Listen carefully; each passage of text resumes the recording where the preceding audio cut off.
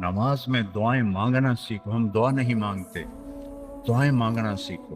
یہ بہت بڑا سبب ہے. اسباب ظاہریہ اختیار کرو اور نماز کو سب سے بڑا سبب بناؤ. اذا حزبہ امر فزع الی الصلاۃ. جب کوئی مشکل آتی تھی آپ نماز پڑھتے تھے، جب کوئی مشکل آتی تھی آپ نماز پڑھتے تھے. 3 دن گزر گئے، کھانے کو کچھ نہیں ملا، تو حضرت عائشہ سے کہنے لگے چلو آج میں اللہ سے جا کے بات کرتا ہوں.